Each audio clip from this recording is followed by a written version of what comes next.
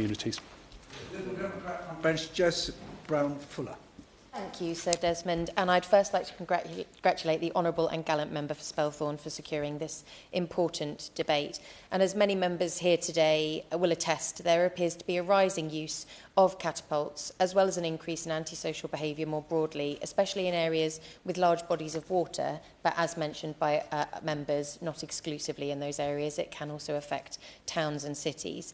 Since the election last year, I too have heard sickening reports of catapults being used to fire metal ball bearings in attempts to kill or injure wildfowl and other birds in our local communities, and videos of these acts tend to end up on social media and spread quickly.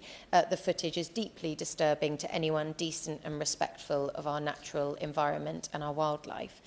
The consequences are being felt acutely by organisations such as Brent Lodge Wildlife Hospital in my constituency, who told me during a visit earlier this year that they are treating an increasing number of birds injured by solid projectiles. These acts fundamentally represent wider societal failings. We must do more to educate children and their caregivers to ensure that they understand that this behaviour is completely unacceptable. This is especially pertinent and was sort of alluded to by the Honourable Member for Windsor, that there is a known link between those that injure animals and those that then go on to think it's acceptable to injure humans. Societal investment in addressing these behaviours as early as possible will prevent further harm in the future. And with social media a prevalent way of young people engaging with society, it doesn't take long for a trend to catch on, and injuring wildlife is one of the more appalling recent trends that spread very quickly. Brent Lodge in my constituency have hired an outreach officer who has been spending time going to schools and talking about wildlife crime to educate and inform, and I applaud them for their efforts. Showing those young people an x-ray of a swan's brain that has been hit by an air gun repeatedly is not an image that they will be quick to forget.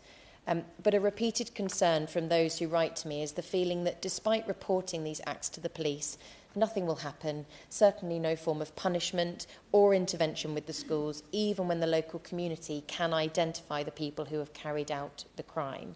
And their experiences reflect a troubling national picture. Just 6% of crimes reported to the police lead to a suspect being charged, and 6,000 cases per day are closed without a suspect being identified. The responsibility for those statistics lies firmly with the previous government, who in the decade prior to this Parliament hollowed out our local police forces. Since 2015, the number of PCSOs has fallen by more than 4,500, leaving our local police forces with a near impossible task.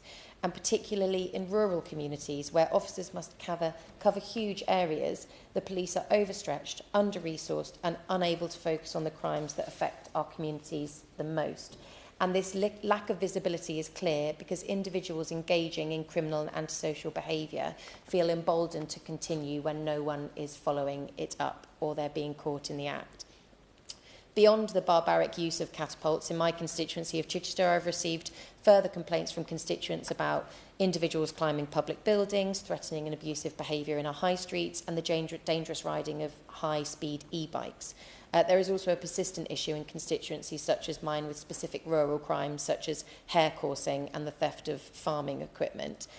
Those who contact me about these again say that their faith in the police to address it is low, but they do understand that the pressures on the police are that they are going to the most serious cases, and often a farmer reporting people in their field chasing hares is not fundamentally understood at a police call centre. Everyone deserves to feel safe in their own home and walking down their own streets, and that applies to the wildlife that we live with as well. And everyone deserves to feel that their property is protected, and that if someone does try to take it, a real effort will be made to recover it. But for too many people in the UK today, that is simply not the reality. So the government must take urgent action to address this, first by reversing the trend of decreasing numbers of PCSOs and special constables, and ensuring that forces have the resources to deal with the issues that society is facing. The Liberal Democrats are also calling for a creation of a national online crime agency, one that would tackle online fraud and abuse, which would free up local police officers to spend more time doing what they want to do and why they joined the police force in the first place, which is community policing. More time dealing with burglaries, neighbourhood crime and antisocial behaviour, like we have discussed here today. And we also need a renewed commitment to tackling the declining number of police desks, which dropped by 25% between 2015 and 2025 and has contributed significantly to the sense of police disappearing from our streets. We would ensure that police desks are placed in community hubs, including libraries and shopping centres. So I asked the Minister today, what step is the government taking to provide specific support for police forces such as mine, dealing with rising antisocial behaviour and the use of catapults against wildlife? And what is the government doing to reverse the trend of declining PCSOs and police desks in communities, which would ensure a visible police presence returns to our rural constituencies? Thank you.